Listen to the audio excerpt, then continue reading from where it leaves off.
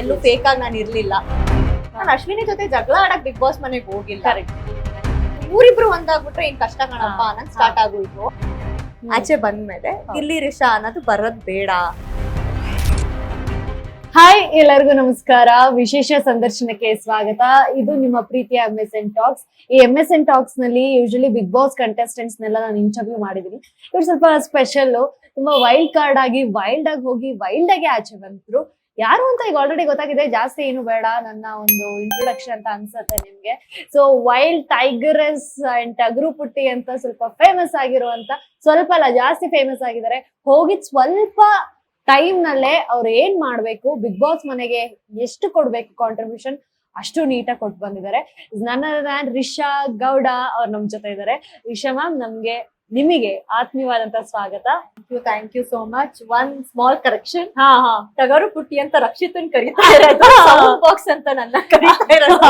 So ಸ್ವಲ್ಪ correction ಮಾಡ್ಕೊಂಡ್ಬಿಡಿ. ಖಂಡಿತ. But ಇಲ್ಲ, ನಿಮ್ಗೂ ಎಷ್ಟೊಂದ್ಸಲ ನಾವ್ ನೋಡಿದೀವಿ ಅಲ್ಲಿ ಇಲ್ಲಿ ಒಂದೊಂದ್ ಕಡೆ ಹೆಸರುಗಳು. ಈಗ ಕೆಲವರಿಗೆ ಇವಾಗ ಸೂರಜ್ಗೆ ಹ್ಯಾಂಡ್ಸಮ್ ಅಂಕು, ಅಥವಾ ಈಗ ಧನುಷ್ ಅವ್ರಿಗೆ ಸ್ವಲ್ಪ ಗುಡ್ ಬುಕ್ಸ್, ಈ ತರದೆಲ್ಲ ಹೆಸರಿದೆ ಅಲ್ವಾ. ಸೊ ಆತರ ನಿಮ್ಗೂ ಕೆಲವ್ರು ಕಲಿತಾ ಇದ್ರು, ಯಾಕಂದ್ರೆ ಫೈರ್ ಬ್ರ್ಯಾಂಡ್ ಅಂತ ಕರೀತಾ ಇದಾರೆ. ಈಗಲೂ ಮೆಸೇಜ್ ಇದೆ. ಟಗರು ಅಂತ ಅವಳ ಮೇಲೆ ಜಾಸ್ತಿ ಇದಾಗಿರೋದ್ರಿಂದ ಲೆಟ್ ಹರ್ ಕೀಪ್ ಇಟ್. ನಾನೇ ಬಿಟ್ಕೊಡ್ತಾ ಇದ್ದೀನಿ. Ma'am, first of all welcome ನಿಮ್ಗೆ ನಮ್ಮ ಚಾನೆಲ್ಗೆ. ಥ್ಯಾಂಕ್ ಯು ಸೋ ಮಚ್ ಬಂದಿದ್ದಕ್ಕೆ. ತುಂಬಾ ಖುಷಿ ಆಯ್ತು. ಹೇಗಿತ್ತು ಬಿಗ್ ಬಾಸ್ ಜರ್ನಿ? ಒಂದ್ 2 ಲೈನ್ಸ್ ಅಲ್ಲಿ ನಾನು ಎಕ್ಸ್ಪ್ಲೈನ್ ಮಾಡ್ತೀನಿ, ಶಾರ್ಟ್ ವರ್ಡ್ಸ್ ಅಲ್ಲಿ. ಅಂದ್ರೆ ಹೇಗಿತ್ತು ಜರ್ನಿ? ಇನ್ಕ್ರೆಡಿಬಲ್. ಆಕ್ಚುಲಿ ಆಪರ್ಚುನಿಟಿ ಸಿಕ್ತಾಗ ಗ್ರಾಬ್ ಮಾಡ್ಕೊಳ್ಬೇಕು. ನಾನು ಎಲ್ಲಾರ್ಗು ಅದೇ ಹೇಳೋದು, ಲೈಫ್ ಅಲ್ಲಿ ಸಿಗೋದು ಆಪರ್ಚುನಿಟಿ ತುಂಬಾ ಕಡಿಮೆ ಟೈಮ್ ಅಲ್ಲಿ. ಯಾವ ಟೈಮ್ ಅಲ್ಲಿ ಸಿಗುತ್ತೆ, ಗ್ರಾಬ್ ಇಟ್. ಎಲ್ಲಾರು ಬರ್ತಾ ಇರ್ತಾರೆ ಆಚೆ. ಬೇಗ ನಾನ್ ಬಂದಿರ್ಬೋದೇನೋ, ಎಲ್ಲಾರು ಗೆಲ್ಲದೊಬ್ರೆ. ಹೌದು, ಎಲ್ಲಾರು ಆಚೆ ಬರ್ತಾರೆ. So why you should feel bad. ಇದ್ದಿದ್ ದಿನ ಅಷ್ಟು ಏನ್ ಎಕ್ಸ್ಪೀರಿಯನ್ಸ್ ಇತ್ತು ಅಥವಾ ಹೇಗಿತ್ತು ಅಂತ ನನಗ ಐಮ್ ಹ್ಯಾಪಿ. ಎಲ್ಲೂ ಫೇಕ್ ಆಗಿ ನಾನು ಇರ್ಲಿಲ್ಲ. ಮೇ ಬಿ ಫೇಕ್ ಆಗಿದ್ರೆ ಇನ್ನೊಂದ್ ಸ್ವಲ್ಪ ದಿನ ಇರ್ತಾ ಇದ್ನೇನೋ, ಅದ್ರ ಅವಶ್ಯಕತೆ ನನ್ಗಿಲ್ಲ. ಓಕೆ. ಸೊ ಈಗ ವೈಲ್ಡ್ ಕಾರ್ಡ್ ಅಂತ ಬಂದಾಗ ನಾವ್ ಯಾವಾಗ್ಲೂ ಏನ್ ಎಕ್ಸ್ಪೆಕ್ಟ್ ಮಾಡ್ತೀವಿ, ಅದ್ರಲ್ಲೂ ಲಾಸ್ಟ್ ಸೀಸನ್ ಇಂದ ಸ್ವಲ್ಪ ಎಕ್ಸ್ಪೆಕ್ಟೇಷನ್ ಬೇರೆ ಜಾಸ್ತಿ ಆಗಿದೆ. ಬಿಕಾಸ್ ರಜತ್ ಅನ್ನೋ ಒಂದು ಕಂಟೆಸ್ಟೆಂಟ್ ಅಂತ ಬಂದಾಗ, ಅಥವಾ ಈಗ ಬೇರೆಯವರು ಸೂರಜ್ ಅವರಾಗಿರ್ಬೋದು, ರಘು ಅವರಾಗಿರ್ಬೋದು, ಎಲ್ಲ ವಾಸ್ ವೆರಿ ಟಫ್ ಕಂಟೆಸ್ಟೆಂಟ್ಸ್ ನಾವು ನೋಡೋ ಪ್ರಕಾರ. ಸೊ ಈಗ ಫೀಮೇಲ್ ಅಲ್ಲಿ ಯಾರು ಬರ್ತಾರೆ? ಬಿಕಾಸ್ ಅಲ್ಲಿ ಯಾರು ಟಕ್ಕರ್ ಕೊಡೋರು ಇರ್ತಾ ಇರ್ಲಿಲ್ಲ. ಈಗ ಅಟ್ಲೀಸ್ಟ್ ಮೇಲ್ ಅಲ್ಲಿ ನಮ್ಗೆ ಗಿಲ್ಲಿ ಅವ್ರು ಕಾಣಿಸ್ಕೊಂತಾರೆ. ಸೊ ಅಶ್ವಿನಿ ಅವ್ರಿಗೆ ಯಾರು ಟಕ್ಕರ್ ಕೊಡೋರು, ಏನ್ ಕತೆ ಅಂತ ನಾವು ಯೋಚನೆ ಮಾಡಿದಾಗ ನೀವು ಬಂದ್ರಿ. ಅಂಡ್ ನೀವು ತುಂಬಾ ಒಳ್ಳೆ ಪ್ರಾಮಿಸಿಂಗ್ ಆಗಿ ಬರ್ತೀರಾ.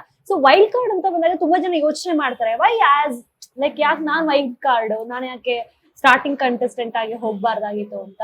ಸೊ ನೀವೇನಾದ್ರೂ 1-2 ಸಲ ಯೋಚನೆ ಮಾಡಿದ್ಯಾ ವೈಲ್ಡ್ ಕಾರ್ಡ್ ಅಂತ ಬಂದಾಗ ತಗೊಳಕ್ಕೆ ಆ ಆಪ್ಷನ್? ಆಕ್ಚುಲಿ ಏನಂದ್ರೆ, ಆನೆಸ್ಟ್ಲಿ ಸ್ಪೀಕಿಂಗ್, ನನ್ ಸ್ಟಾರ್ಟಿಂಗ್ ಕಂಟೆಸ್ಟೆಂಟ್ ಆಗಿ ಹೋಗ್ಬೇಕಿತ್ತು. ನಂಗೆ ಆಲ್ರೆಡಿ ಅಗ್ರಿಮೆಂಟ್ ಆಗಿತ್ತು ಕೂಡ, ಸ್ಟಾರ್ಟಿಂಗ್ ಹೋಗ್ಬೇಕಿತ್ತು. ಬಟ್ ಅನ್ಫಾರ್ಚುನೇಟ್ಲಿ ಏನೋ ಗೊತ್ತಿಲ್ಲ, ಡೇಟ್ ಇದಾಗಿ ಸೊ ನನ್ನ ವೈಲ್ಡ್ ಕಾರ್ಡ್ ಮಾಡಿದ್ರು. But it's fine. ನನ್ನ ಎಂಟ್ರಿ ಚೆನ್ನಾಗಿತ್ತು, ಪ್ರಾಮಿಸಿಂಗ್ ಆಗಿದೆ. ಎಲ್ಲೋ ಡ್ರಾಬ್ಯಾಕ್ ಅಂತಾನು ಹೇಳಕ್ ಆಗಲ್ಲ. Even someone is good with you, ನಾನ್ ಅಗೇನ್ಸ್ಟ್ ಹೋಗಕ್ ಆಗಲ್ಲ. ಎಲ್ಲರೂ ಅದನ್ನೇ. ಹೊರಗಡೆ ಬಂದ್ಮೇಲೆ ಎಷ್ಟೊಂದ್ ಜನ, ವೈ ಯಾಕೆ ನೀವ್ ಅಶ್ವಿನಿ ಜೊತೆ ಜಗಳ ಆಡಿಲ್ಲ? ನಾನು ಅಶ್ವಿನಿ ಜೊತೆ ಜಗಳ ಆಡಕ್ ಬಿಗ್ ಬಾಸ್ ಮನೆಗೆ ಹೋಗಿಲ್ಲ. ಈಗ ಏನ್ ಚೈತ್ರ ರಘು ಮಾಡ್ತೀನಿ, ನಾನು ಅದನ್ನ ಮಾಡಕ್ ಹೋಗಿಲ್ಲ. ನಾನು ಎಲ್ಲೂ ಹೇಳಿಲ್ಲ. ನಾನ್ ಸ್ಟೇಜ್ ಅಲ್ಲಿ ಹೇಳ್ದೆ, ನನ್ ಮುಂದೆ ರಾಂಗ್ ಇದ್ರೆ I definitely I be the person to stay. ನಾನ್ ಇದ್ದಿದ್ 3 ವಾರದಲ್ಲೂ ನಂಗೆ ಎಲ್ಲೂ ಅನ್ನಿಸ್ಲಿಲ್ಲ ಅಶ್ವಿನಿ ವಾಸ್ ರಾಂಗ್ ಅಂತ ನನಗೆ. ಸೊ 4ನೇ ವಾರ ರಘು ಜೊತೆ ಆದಾಗ ಫೈಟಲ್ I told Har, and I don't know why ನೀವ್ ಅವ್ರ ಆಚೆ ಬಂದ್ಮೇಲೆ ಪ್ಲೀಸ್ ಎಲ್ಲರೂ ಕ್ವಶನ್ ಮಾಡಿ ವಿಷಯ ಹೇಳಿದಾಗ ತಗೊಂತ ಇದ್ರಿ ಅಂತ. She took it very sportively, positive ಆಗಿ ತಗೊಂಡ್ರು. ಸೊ ಅದೆಲ್ಲೋ ಮೇ ಬಿ ಜನಕ್ಕೆ ಡ್ರಾಬ್ಯಾಕ್ ಅನ್ನಿಸ್ತೇನೋ, ನಾನೇನಾದ್ರು ಅಶ್ವಿನಿ ಜೊತೆ ಜಗಳ ಆಡ್ಬಿಟ್ಟಿದ್ರೆ ಇನ್ನೂ ಸರ್ವೈವ್ ಆಗ್ಬೋದಿತ್ತು ಅಂತ ಅನಿಸ್ತೇನೋ. But I can't do against it. ಯಾಕೆ ನಮ್ಗೆ ಆ ಒಂದು ಎಕ್ಸ್ಪೆಕ್ಟೇಷನ್ ಕ್ರಿಯೇಟ್ ಆಯ್ತು ಅಂತ ಅಂದ್ರೆ, you got that one chance. ಯಾರನ್ನ ಮನೆಯಿಂದ ಆಚೆ ಹಾಕ್ತೀರಾ ಅಂತ ಅಂದಾಗ ಆ ಮಡಿಕೆನ ಹೊಡೆದು ರೀಸನ್ ಹೇಳ್ಬೇಕಿರತ್ತೆ ನಿಮ್ಗೆ. ಯಾರು ಫೇಕ್ ಇದಾರೆ ಅಂತ ಅಂದಾಗ ಒಂದಷ್ಟು ರೀಸನ್ ಕೊಡ್ಬೇಕಾಗಿರುತ್ತೆ. ಯಾಕೆ ಅಂದಾಗ, ನೀವು ಅಶ್ವಿನಿ ಗೌಡ ಅವರು ಹೊಡೆದಿದ್ದ ಹೆಂಗಿತ್ತು ಅಂದ್ರೆ, ಪ್ರೋಮೋ ಕಟ್ಟಾಯ್ತು, ಸಕ್ಕದ ಕಟ್ಟಾಗಿ ಬಂತು ಅದು ಪ್ರೋಮೋ. ನಮ್ಗೆ ಹೆಂಗ್ ಅನಿಸ್ಬಿಡ್ತು ಅಂದ್ರೆ, Risha Gowda was absolute fire brand ಆಗಿ ಬಂದಿದ್ದಾರೆ.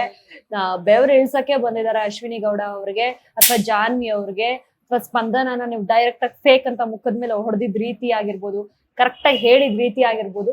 ಸೊ ಎಲ್ಲೋ ಒಂದ್ ಕಡೆ ಸ್ಟ್ರಾಂಗ್ ವೈಲ್ಡ್ ಕಾರ್ಡ್ ಆಗಿ ಪ್ಲಸ್ ಆಗತ್ತೆ. ಬಿಕಾಸ್ ಆಚೆ ಒಪಿನಿಯನ್ ಗೊತ್ತು, ಯಾರು ಫೇಮಸ್ ಇದಾರೆ, ಯಾರು ಡಮ್ಮಿ ಇದಾರೆ, ಯಾರು ವಿರುದ್ಧ ಹೋದ್ರೆ ಒಳ್ಳೇದು, ಯಾರ ವಿರುದ್ಧ ಹೋಗ್ಲಿಲ್ಲ ಅಂದ್ರೆ ಸೇಫು, ಇದೆಲ್ಲ ಗೊತ್ತಿರುವಾಗ maybe she could have play very well ಅಂತ. ಅಂಡ್ ನೀವು ಕಿಚಾ ಸರ್ ಮುಂದೆನೂ ಮಾತಾಡಿದ ಹಾಗೇನೆ, ಅಶ್ವಿನಿ ಅವರೆಲ್ಲ ಬಿಗ್ ಬಾಸ್, ಬಿಗ್ ಬಾಸ್ ಅಷ್ಟೇ ಇಲ್ಲಿ ಅನ್ನೋದನ್ನ ನಾನು ತೋರಿಸ್ಕೊಡ್ತೀನಿ ಅಂತ ಹೋಗಿ ಅವ್ರೊಟ್ಟಿಗೆ ಸೇಫ್ ಆಗಿ, ಅಂದ್ರೆ ಅವ್ರ ಹತ್ರ ಒಂದ್ ಕಂಫರ್ಟ್ ಝೋನ್ ಕ್ರಿಯೇಟ್ ಮಾಡ್ಕೊಂಡ್ ಬಿಟ್ರ ಅಂತ ಅನ್ಸ್ತು ಅಷ್ಟೇ. ದ ಪ್ರಾಬ್ಲಮ್ ಇಸ್ ಅದೇ ಆಗಿದ್ದು. ನಾನ್ ಒಬ್ಳೆ ಕುತ್ಕೊಂತ ಇದ್ದೆ, ಯಾಕಂದ್ರೆ ನಂದು ಗಿಲ್ಲಿದು ಒಂದ್ ಸ್ವಲ್ಪ ಮನಸ್ತಾಪ ಆದಾಗ, ಅವ್ರದ್ದು ಒಂದ್ ಗ್ಯಾಂಗ್ ಇದ್ದಾಗ ನಾನು ಒಬ್ಳೆ ಕುತ್ಕೊಂತ ಇದ್ದೆ. ಆ ಟೈಮಲ್ಲಿ ಅಶ್ವಿನಿ ಅವರು ಒಂದ್ ಕಾರ್ನರ್ ಆಫ್ ಸೋಫಾದಲ್ಲಿ ಕುತ್ಕೊಂತ ಇದ್ರು, because even she has that differences. So 2 people separate ಆಗಿ ಕೂತಾಗ ಅವ್ರು ಬಂದ್ ನನ್ ಜೊತೆ ಕುತ್ಕೊಂಡ್ ಮಾತಾಡ್ಬೇಕಾದ್ರೆ ಹೊರಗಡೆ ಜನಕ್ಕೆ ನಾವಿಬ್ರು ಒಂದಾಗ್ಬಿಟ್ವಾ, ಇಡೀ ಮನೆಯವ್ರಿಗೆನೆ ಇವ್ರಿಬ್ರು ಒಂದಾಗಕ್ ಸ್ಟಾರ್ಟ್ ಆಗಿ, ಇವ್ರಿಬ್ರು ಒಂದಾಗ್ಬಿಟ್ರೆ ಏನ್ ಕಷ್ಟ ಕಣಪ್ಪ ಅನ್ನಂಗ್ ಸ್ಟಾರ್ಟ್ ಆಗೋಯ್ತು. ಅದೇನಾಗೋಯ್ತು, she started to talk with me very casual ಆಗಿ ಅನ್ನಂಗ್ ಮಾತಾಡ್ಬೇಕಾದ್ರೆ ಆ ಟೈಮಲ್ಲಿ ಶಿ ವಾಸ್ ಆಲ್ಸೋ ಅಲೋನ್, ನಾನು ಅಲೋನ್ ಆಗಿದ್ದೆ ಅನ್ನೋ ಕಾರಣಕ್ಕೆ ಕುತ್ಕೊಂಡ್ ಮಾತಾಡಿದ್ವಿ. ಅದೆಲ್ಲ ಹೊರಗಡೆ ಇಷ್ಟೊಂದ್ ಇಂಪ್ಯಾಕ್ಟ್ ಆಗುತ್ತೆ, ಇಷ್ಟೊಂದ್ ಎಫೆಕ್ಟ್ ಆಗುತ್ತೆ ಅನ್ನೋದ್ ನೆಸೆಸರಿ ನನಗಿರ್ಲಿಲ್ಲ. ಯಾಕಂದ್ರೆ ನಾನ್ ಅಕ್ಸೆಪ್ಟು ಮಾಡಲ್ಲ, ಅವ್ರ ಇಲ್ಲ ಅಂದ್ರೂ ನಾನ್ ಆಟ ಆಡ್ಬಲ್ಲೆ. ಹಂಗ್ ನೋಡಿದ್ರೆ ನೀವು ಗಿಲ್ಲಿಗೆ ಎಷ್ಟ್ ಫೇಮ್ ಇದೆ ಅಂತ ನನಗೆ ಗೊತ್ತಿಲ್ಲ. ಹೌದು, ಹೊರಗಡೆ ತುಂಬಾ ಚೆನ್ನಾಗಿ ಫೇಮ್ ಇತ್ತು, ನನ್ಗೆ ಯಾಕೆ ಎದುರು ಹಾಕೊಳ್ಳೋ ಪರಿಸ್ಥಿತಿ ಬಂತು? ಹೊರಗಡೆ ಫೇಮ್ ಇದ್ದಿದ್ರು, that is what it is. I can't be fake.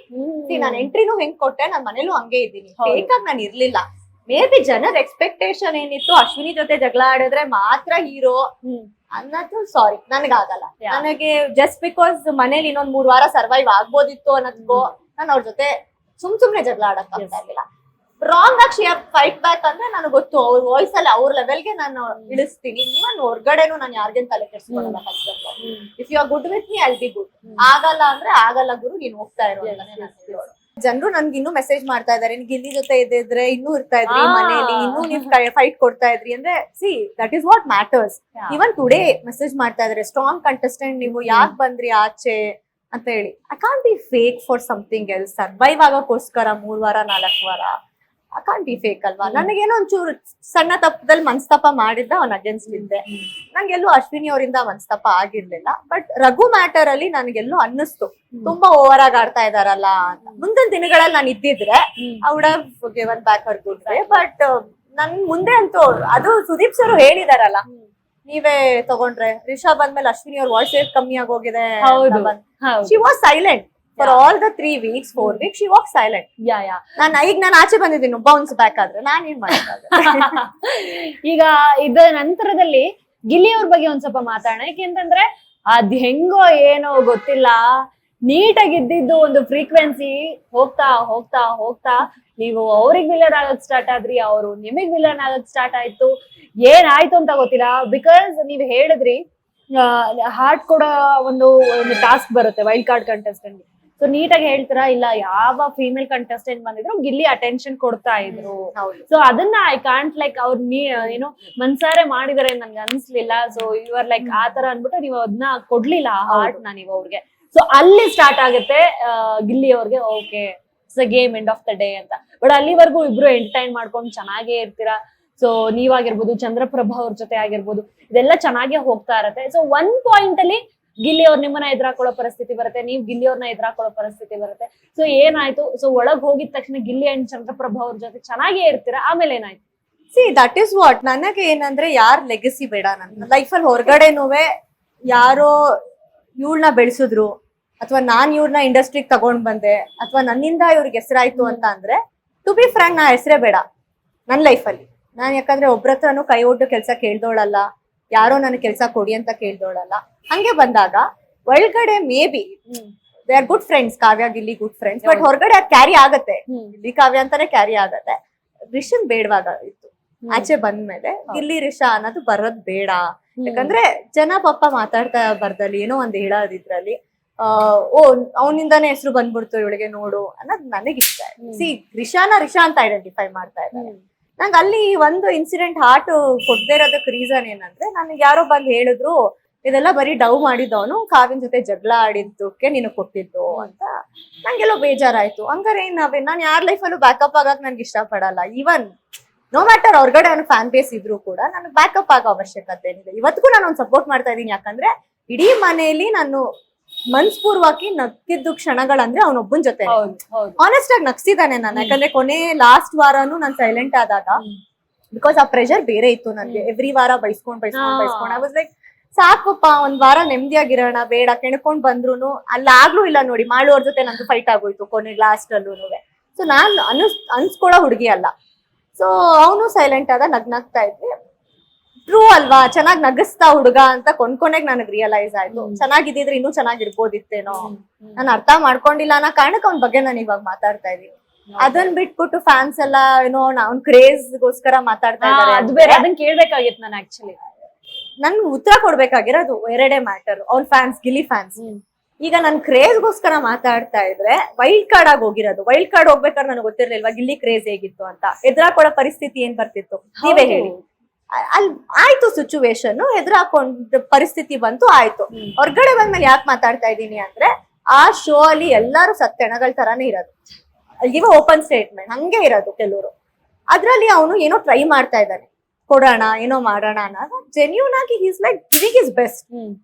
Appreciate ಮಾಡೋದ್ರಲ್ಲಿ ತಪ್ಪಿಲ್ಲ ಅಂತ ಅನಿಸ್ತು. ಅದಕ್ಕೋಸ್ಕರ ನಾನು ಅವ್ನ ಬಗ್ಗೆ ಒಳ್ಳೇದ್ ಮಾತಾಡ್ತಾ ಇದ್ದೀನಿ. ಎಕ್ಸಾಕ್ಟ್ಲಿ. ಬಟ್ ಇವಾಗ ಹೆಂಗ್ ಅದು ಚೇಂಜ್ ಆಗ್ಬಿಟ್ಟಿದೆ ಅಂತಂದ್ರೆ, ಗಿಲ್ಲಿ ಫ್ಯಾನ್ಸ್ ಕ್ರೇಜ್ ನೋಡ್ಬಿಟ್ಲಿ ಇವಳು, ಹಂಗಾಗಿ ಆಚೆ ಬಂದು ದಟ್ ಈಸ್ ಅ ಕ್ಲಾರಿಟಿ. ನನಗೆ ಅಂತ ದರ್ದ್ ಬಂದಿದ್ರೆ ಬಕೆಟ್ ಹಿಡಿಯಕ್ಕೆ ಗಿಲ್ಲಿಗೆ ಹೋಗ್ಬಿಟ್ಟು, ಈಗ ಅಶ್ವಿನಿಗೂನು ಜೊತೆಗಿದ್ದಾಗ ಅಶ್ವಿನಿ ಅಂತಾರೆ, ಗಿಲ್ಲಿ ಜೊತೆ ಗಿಲ್ಲಿಗ.